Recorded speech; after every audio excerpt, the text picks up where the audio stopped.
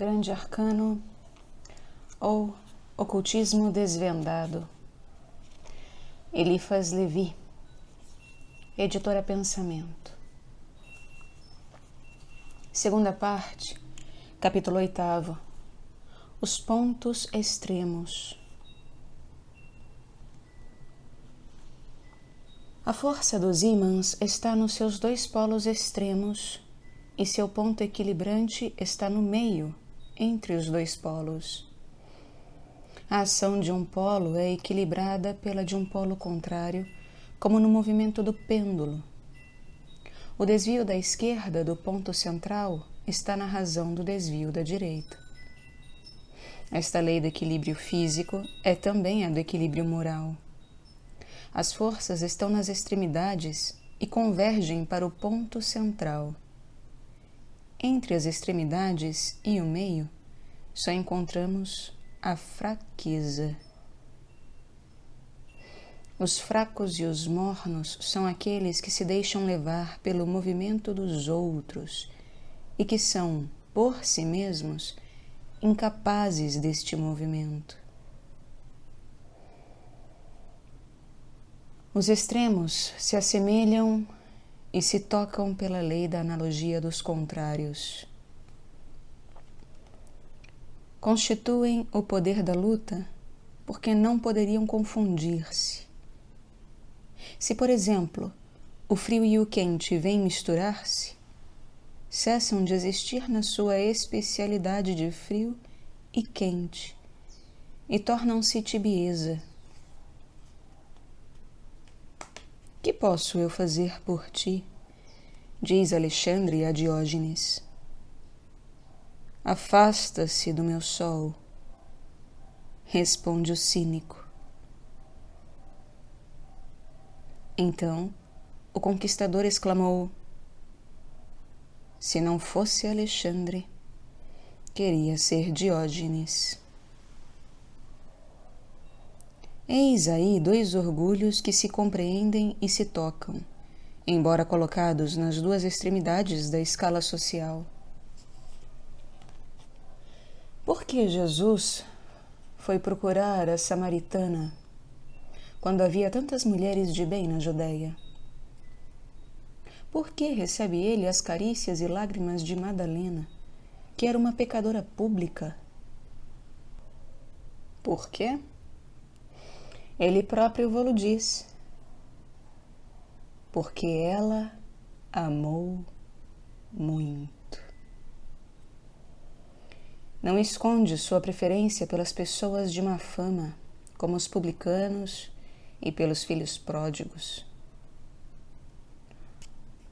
Ao ouvi-lo falar, compreende-se que uma só lágrima de Caim seria mais preciosa à sua vista que todo o sangue de Abel.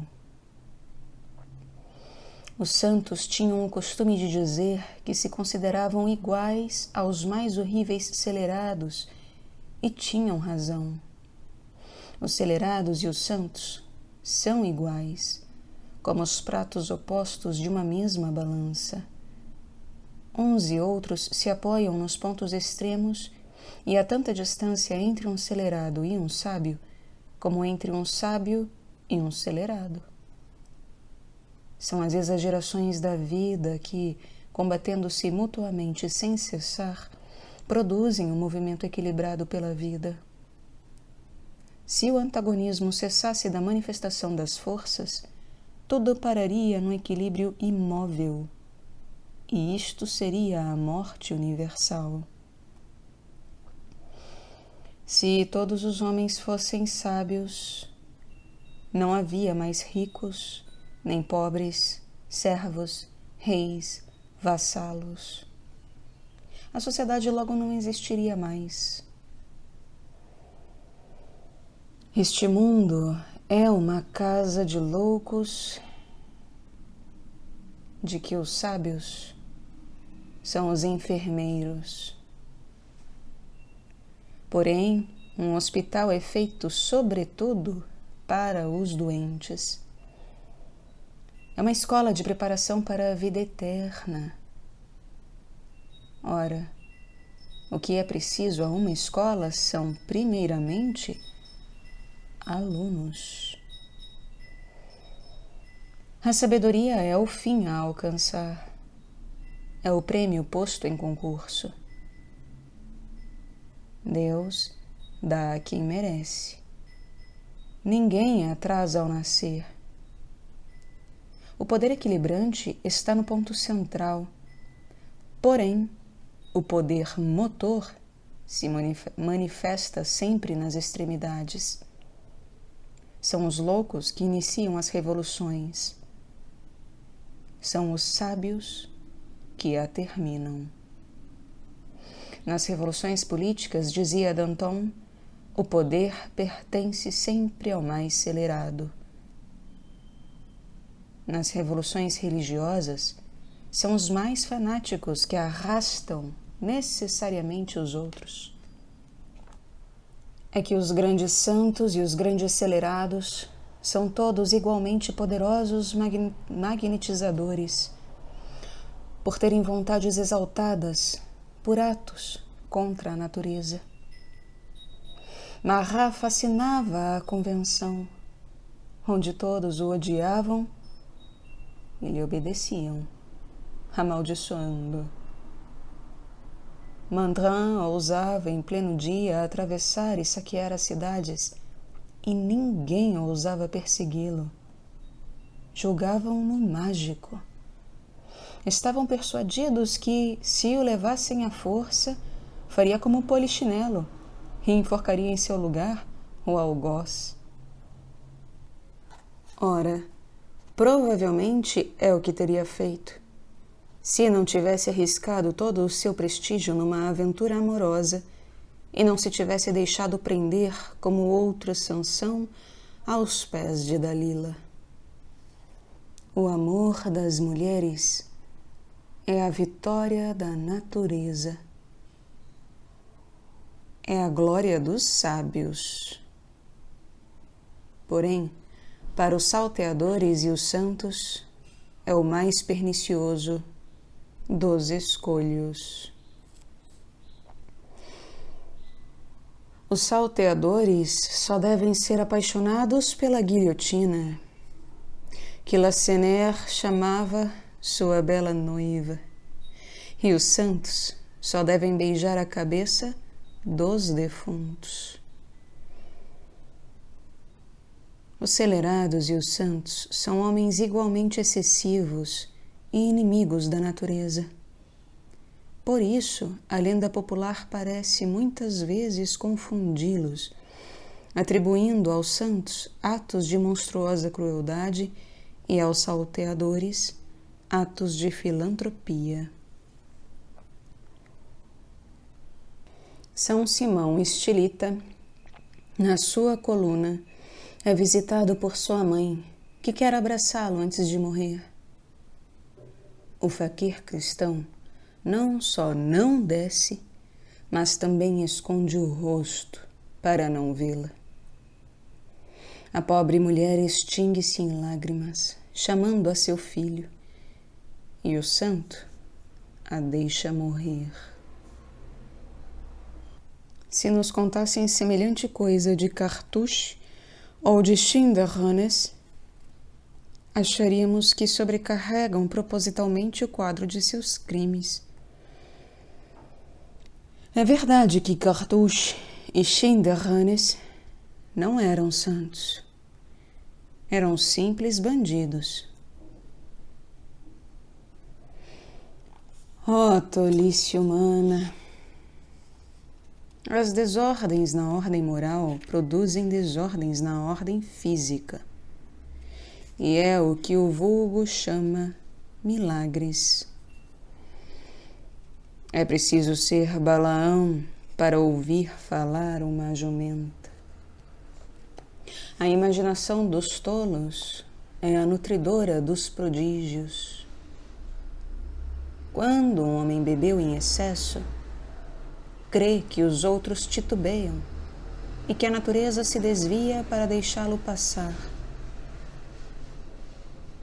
Portanto, vós que procurais o extraordinário, vós que quereis fazer prodígios, sede pessoas extravagantes.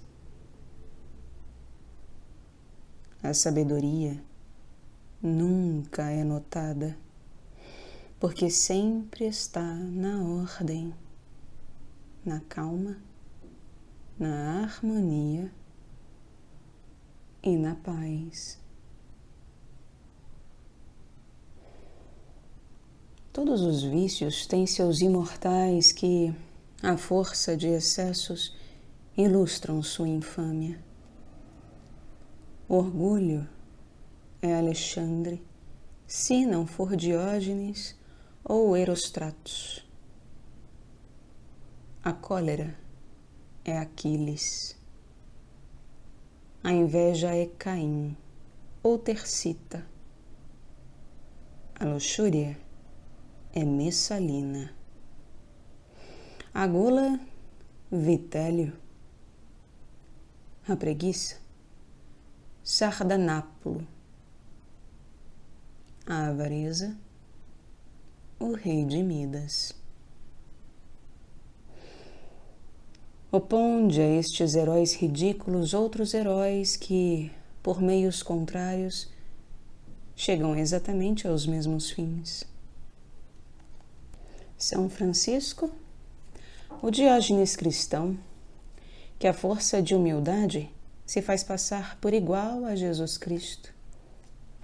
São Gregório VII, cujos transportes desconcertou a Europa e comprometeu o papado.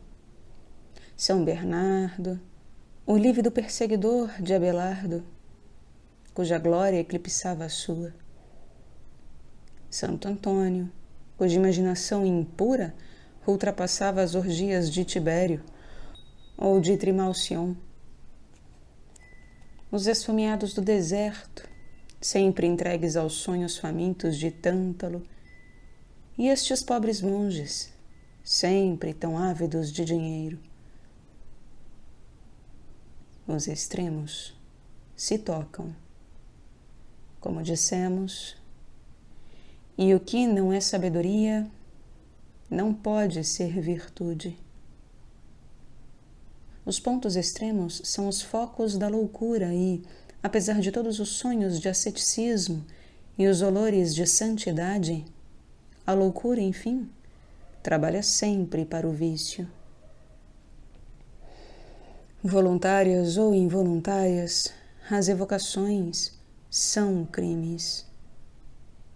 Os homens, que o magnetismo do mal atormenta e aos quais aparece sob formas visíveis, trazem o castigo dos ultrajes que fizeram à natureza. Uma religião histérica não é menos impura que uma mulher depravada. Uma vive num túmulo e a outra num lupanar. Mas geralmente a mulher do túmulo traz no coração um lupanar e a mulher do lupanar esconde no seu peito um túmulo. Quando o infeliz Urbano Grandier, expirando cruelmente o erro dos seus votos temerários, amaldiçoado como pretenso feiticeiro e desprezado como padre libertino, caminhava para a morte com a resignação de um sábio e a paciência de um mártir, as piedosas Ursalinas de Loudun, estorcendo-se como bacantes e colocando o crucifixo entre os pés, abandonavam-se às demonstrações mais sacrílegas e mais obscenas. Lastimavam-nas a estas inocentes vítimas. E Grandier, despedaçado pela tortura e preso ao seu pelourinho, em que as chamas o devoravam lentamente, sem que uma queixa saísse da sua boca, era considerado como o seu algoz. Coisa incrível! Eram religiosas que representavam o princípio do mal, que o realizavam, que o encarnavam em si mesmas. Eram elas que blasfemavam, que injuriavam, que acusavam, e era o objeto da sua paixão sacrílega, que era enviado à morte. Elas e seus exorcistas tinham evocado todo o inferno, e Grandier, que nem mesmo podia fazê-las calar, era condenado como feiticeiro e senhor dos demônios. O célebre cura d'Ars, o sábio senhor Vianney, era, no dizer dos seus biógrafos, perseguido pelo demônio, que vivia com ele numa espécie de familiaridade. O bom cura era, assim, feiticeiro sem o saber. Fazia invocações involuntárias. Como isso? Um colóquio que lhe atribuem vai nos explicar. Teria dito, ao falar de si mesmo: conheço alguém que ficaria bem logrado se não existissem recompensas eternas. Como? Teria ele então cessado de fazer o bem se não tivesse mais esperado recompensa? Queixava-se a natureza no fundo da sua consciência? Sentia-se ele injusto para com ela? Não traz a vida de um verdadeiro sábio sua recompensa em si mesma? Não começa para ele nesta terra a eternidade feliz? É então a verdadeira sabedoria um papel de ludíbrio?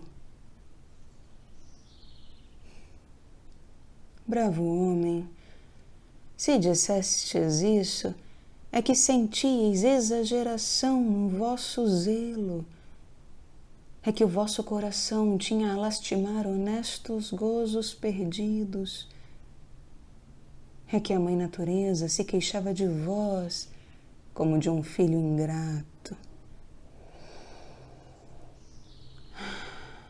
Felizes dos corações aos quais a natureza nada reprova. Felizes dos olhos que procuram a beleza em toda parte. Felizes das mãos que, em toda parte, sabem espalhar sempre os benefícios e as carícias. Felizes dos homens que, tendo de escolher entre 2 vinhos, preferem o melhor e são quase sempre mais felizes de oferecê-lo aos outros que de bebê-lo. Felizes dos rostos graciosos cujos lábios estão cheios de sorriso e de beijos. Estes nunca serão ludibriados, porque depois da esperança de amar, o que há de melhor no mundo é a lembrança de ter amado. E só estas coisas cuja recordação pode ser sempre uma felicidade merecem ser imortais.